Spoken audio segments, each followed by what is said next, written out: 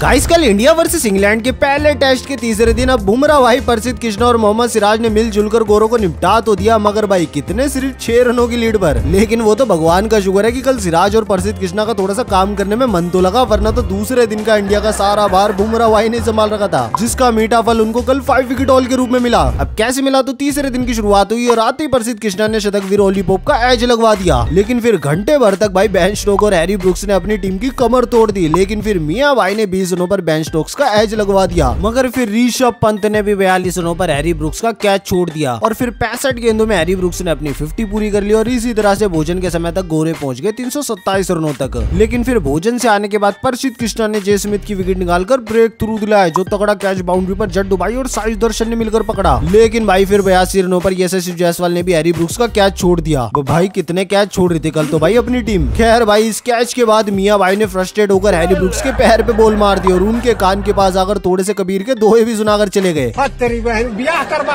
लेकिन फिर Harry brooks ने उसका जवाब मियां भाई को छक्का लगा कर दिया, मगर भाई शायद हैरी ब्रुक्स के नसीब में कल शतक था ही नहीं। बताओ बुमराह भाई, ऋषभ पंत और यशस्वी जायसवाल, इन तीनों से मौके मिलने के बावजूद ब्रुक्स 99 रनों पर कृष्णा के हाथों शॉर्ट बॉल पर आउट हो गए।